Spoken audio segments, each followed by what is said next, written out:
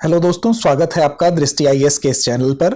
जैसा कि आप जानते हैं कि यूपीएससी सीएससी प्रीलिम्स 2024 की परीक्षा कल पूर्ण हुई और इस परीक्षा में हमें उम्मीद है कि आपने अच्छा प्रदर्शन किया होगा। हम आपकी सफलता की आशा करते हैं। आज के इस खंड में जैसा कि आप जानते हैं कि हम पेपर एनालिसिस लेके आपके सामने उपस्थित हैं, तो इस खंड में हम इतिहास विषय से संबंधित जो प्रश्न आपके परीक्षा में आए हैं उसकी आज हम चर्चा करेंगे। तो चलिए शुरू करते हैं आज की चर्चा। सबसे पहले चलते हैं पहले प्रश्न की तरफ। जैसा कि आप देख रहे हैं, पहला प्रश्न है कि निम्नलिखित में से कौन सी नाटककार भास की रचना है। अब आपको इसमें से बताना है। विकल्प है आपके सामने, ए काव्यालंकार, बी नाट्यशास्त्र, सी मध्यम व्यायोग या डी महाभाष्य। तो अगर हम बात करें भास से संबंधित जो प्रमुख रचनाएं हैं, अगर आप उनको देखेंगे तो भास की जहां तक बात है, ये तो पहले ज्ञात संस्कृत नाटककार थे और अब तक उनके कई महत्वपूर्ण नाटकों की खोज भी की जा चुकी है। उन्होंने महाभारत के प्रसंगों पर आधारित 5 नाटक लिखे। जो ये पांचों के पांचों जो नाटक थे किस पर आधारित थे, तो महाभारत के प्रसंग पर आधारित थे, जिसमें एक नाटक मध्यम व्यायोग भी है। इसके अलावा जो नाटक हैं वो पंचरात्र हैं, दूत वाक्यम है, दूत घटोत्कचम है, कर्णाभरम है और उरुम भंगम है। तो इस लिहाज से अगर आप देखेंगे तो जैसा कि विकल्प में दिया गया है, सी मध्यम व्यायोग आपका सही उत्तर हो जाएगा। भामह की जहां तक बात है, जो काव्यालंकार की रचना की अगर हम बात करें, तो भामह इसकी रचना की है और संभवतः 7वीं शताब्दी के ये विद्वान थे, जो कि संस्कृत काव्य शास्त्र पर इन्होंने काम किया और ऐसा माना जाता है कि उन्होंने संस्कृत ग्रंथ काव्यालंकार की रचना की थी और वह दंडिन के समकालीन थे। इसके अलावा अगर आप नाट्य शास्त्र की बात करें, तो भरत मुनि के द्वारा नाट्य शास्त्र में प्रदर्शन, अभिनय, भाव भंगिमाएं, मंच निर्देशन और अभिनय से संबंधित नियमों का काफी विशद मात्रा में इसका वर्णन किया गया है। उसी तरह से अगर महाभाष्य की बात करें, तो महाभाष्य की रचना पतंजलि के द्वारा की गई थी, 2री शताब्दी ईसा पूर्व में की गई थी और यह पाणिनि के ग्रंथ अष्टाध्यायी और कात्यायन की वार्तिका से संस्कृत व्याकरण के चुनिंदा नियमों पर एक प्रकार की टिप्पणी है। तो आपका सही विकल्प जो है, इसमें आपका सी विकल्प सही हो जाएगा। अगले प्रश्न की तरफ चलते हैं। अगला प्रश्न है, संघभूति एक भारतीय बौद्ध भिक्षु जिन्होंने 4वीं शताब्दी ईस्वी के अंत में चीन की यात्रा की, निम्नलिखित में से किस पर भाष्य के लेखक थे। आपके सामने ऑप्शन है, ए है प्रज्ञा पारमिता सूत्र, बी है विशुद्धिमग्गो, सी है सर्वास्तिवाद विनय या डी है ललित विस्तर। तो इसका सही विकल्प है सी सर्वास्तिवाद विनय। अब देखिए, संपूर्ण सर्वास्तिवाद विनय चीनी बौद्ध धर्म ग्रंथ में विद्यमान है। अपने प्रारंभिक इतिहास में सर्वास्तिवाद विनय चीन में सर्वमान्य विनय परंपरा थी। संघभूति सर्वास्तिवाद विनय पर भाष्य के लेखक थे, इस लिहाज से आपका जो विकल्प सी है वो बिल्कुल सही होता है। जहां तक प्रज्ञा पारमिता सूत्र की बात है, तो प्रज्ञा पारमिता सूत्र महायान सूत्रों में सबसे पुराने हैं और साथ ही महायान बौद्ध दर्शन की नींव भी हैं। ये दुर्लभ बौद्ध ग्रंथ धर्म ग्रंथों के साथ साथ चीनी एवं तिब्बती धर्म ग्रंथों दोनों में पाए जाते हैं। विशुद्धिमग्गो की अगर बात करें, तो विशुद्धिमग्गो थेरवाद बौद्ध धर्म के महाविहार शाखा की शिक्षा का एक विश्वकोश होने के साथ ही उत्कृष्ट सारांश एवं व्याख्या है और इसे महान बौद्ध टीकाकार बुद्धघोष ने 5वीं शताब्दी में श्रीलंका के राजा महानामा के शासनकाल के दौरान लिखा था। ललित विस्तार की जहां तक बात है, तो ललित विस्तार एक बहुत ही महत्वपूर्ण संस्कृत बौद्ध ग्रंथ है और यह बुद्ध की जीवनी होने के साथ साथ मूल रूप से हीनयान संप्रदाय के सर्वास्तिवाद संप्रदाय का ग्रंथ है।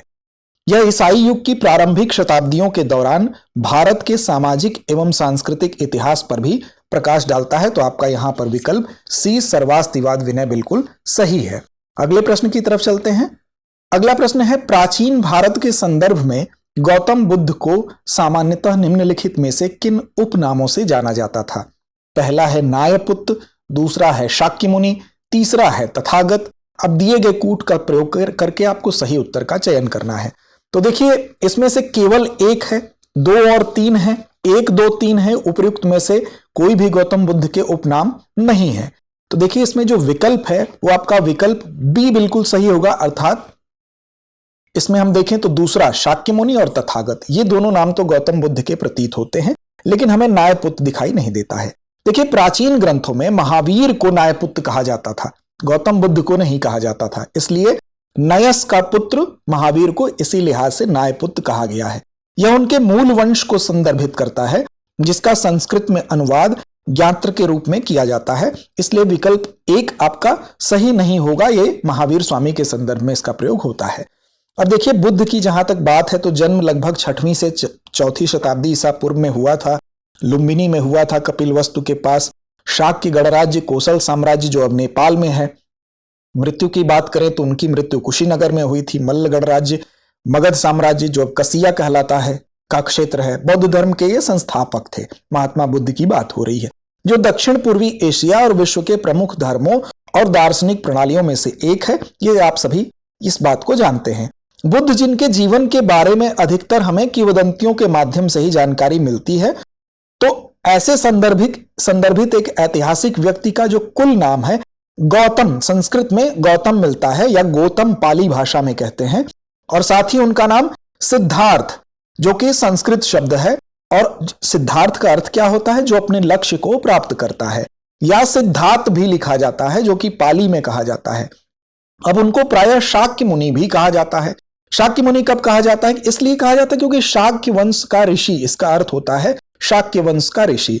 बौद्ध ग्रंथों में उन्हें सबसे अधिक भागवत, प्रायः भगवान के रूप में अनुवादित एवं तथागत के रूप में भी संदर्भित किया जाता है, जिसका अर्थ या तो ऐसा व्यक्ति जो इस प्रकार आया है अथवा ऐसा व्यक्ति जो इस प्रकार चला गया है हो सकता है। इसलिए आपका विकल्प बी सही है। शाक्य मुनि और तथागत प्रयुक्त होता था, न्यायपुत्र जो है वो महावीर स्वामी के लिए प्रयुक्त होता था। अगला प्रश्न है निम्नलिखित सूचना पर विचार कीजिए। एक तरफ पुरातात्विक स्थल दिए गए हैं, दूसरी तरफ उनका विवरण दिया गया है।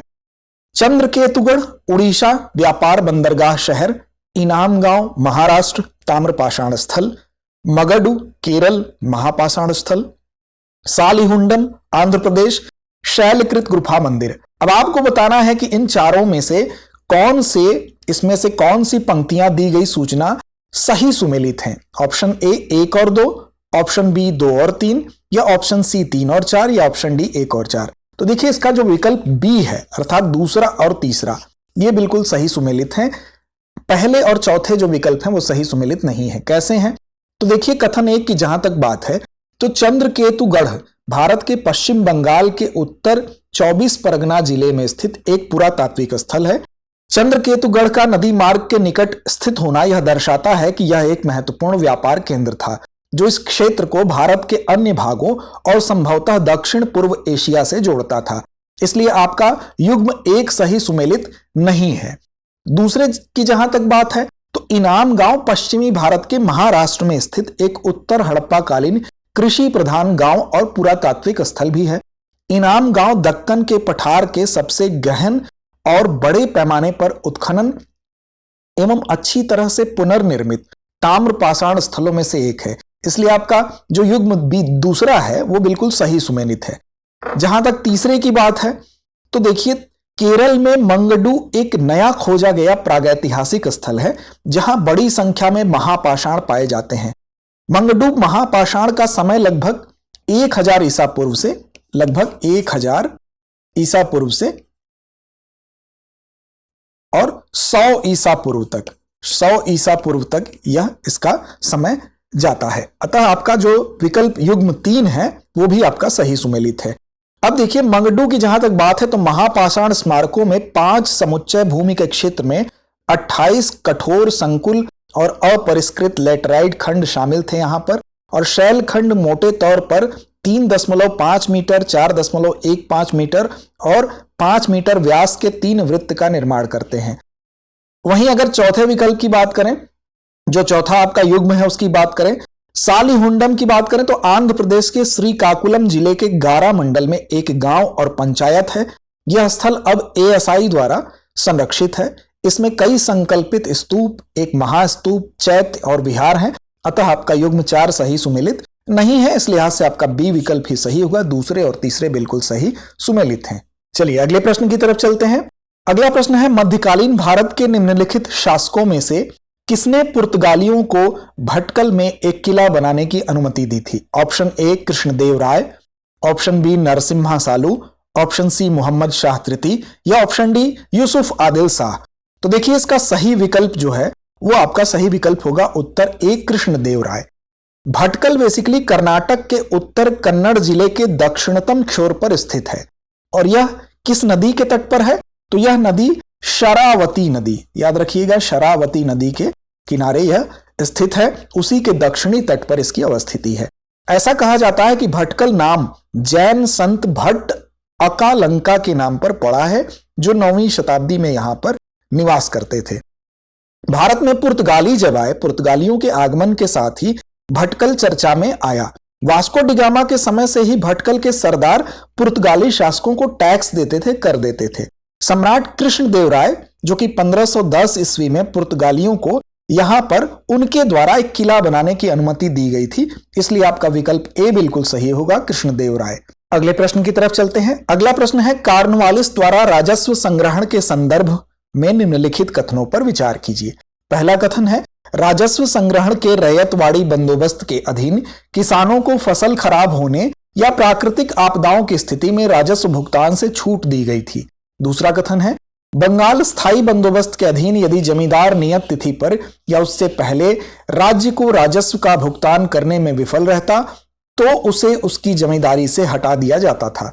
अब आपको बताना है कि उपर्युक्त कथनों में से कौन सा या कौन से सही हैं। विकल्प केवल एक, केवल दो, एक या दो दोनों, या न तो एक न ही दो। तो दरअसल इसकी अगर व्याख्या पक्ष को देखें तो इसमें विकल्प बी आपका सही होगा, अर्थात केवल दूसरा कथन आपका सही है, पहला कथन सही नहीं है। देखिए, राजस्व संग्रह के रैयतवाड़ी बंदोबस्त के तहत खराब फसल या प्राकृतिक आपदाओं की स्थिति में, अर्थात जब आपकी फसल खराब हो जाए या प्राकृतिक आपदा आ जाए, तो ऐसी स्थिति में किसानों को राजस्व भुगतान से छूट नहीं दी जाती थी। इसमें ऐसा लिखा गया है कि छूट दी जाती थी, इस लिहाज से आपका पहला कथन गलत हो जाएगा। वर्ष 1790 में जमींदारों के साथ कर चुकाने का एक 10 वर्षीय समझौता किया गया और 1793 में इसी समझौते को स्थायी कर दिया गया, जिसको परमानेंट सेटलमेंट या स्थायी बंदोबस्त के नाम से हम जानते हैं। भूमि के स्वामी के रूप में जमींदार उसे बेच सकता था, गिरवी रख सकता था या हस्तांतरित कर सकता था। उसके उत्तराधिकारी अधिकारों और दायित्वों के साथ भूमि को विरासत में प्राप्त कर सकते थे। इस लिहाज से यहां पर विकल्प बी बिल्कुल सही हुआ, केवल दूसरा कथन आपका सही है, पहला सही नहीं है।